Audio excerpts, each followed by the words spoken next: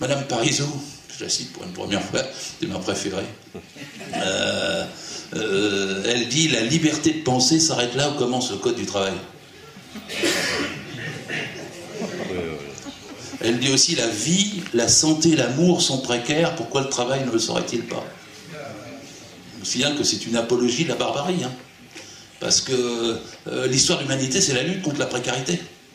Depuis les cavernes. On a lutté contre la précarité du froid, de la faim, de la soif. On a inventé l'agriculture, je le dis toujours, pour lutter contre la précarité de la cueillette. On a inventé l'élevage pour lutter contre la précarité de la chasse.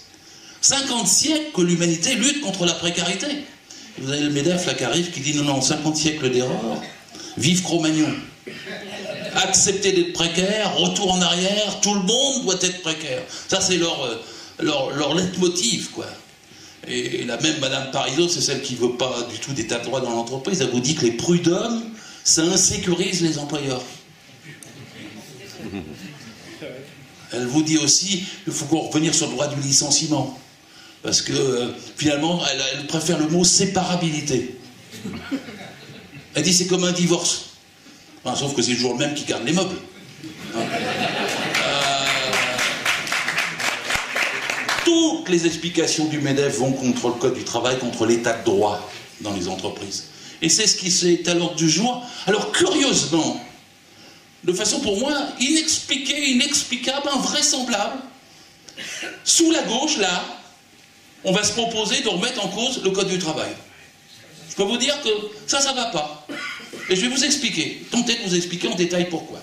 Parce que finalement, un ANI, accord national interprofessionnel, parce qu'il faut le répéter tout le temps, c'est pas une sucette, hein. Y en a eu beaucoup dans l'histoire. Le plus célèbre, c'est Matignon, 1936. C'est là qu'on gagne les 40 heures et les congés payés, hein, sous l'impact de la grève. C'était un ANI. En mai 68, vous avez en juin 68, vous avez un ANI. C'est celui qui hausse le SMIC de 33%. Et le SMAG, salaire minimum agricole, de 55% pour rattraper le SMIC dans le SMIC. C'était un ANI. Et même encore plus récemment, le 10 octobre 1997, sous Lionel Jospin, il convoque les partenaires sociaux, comme on dit, et il leur dit « faites les 35 heures ». C'est même là qu'il y a le chef du patronat de l'époque, CNPF, ça s'appelait encore, qui sort, Jean Gandois, en disant « je suis berné, ils vont vraiment faire les 35 heures, je démissionne parce qu'il faut des tueurs à ma place », c'était sa phrase exacte. Et les deux tueurs, c'était Denis Kessler et le baron Seyer. Et ils ont déclaré la guerre au gouvernement Jospin sur les 35 heures à l'époque, la guerre. Et ils l'ont mené pendant 10 ans, ils la mènent encore.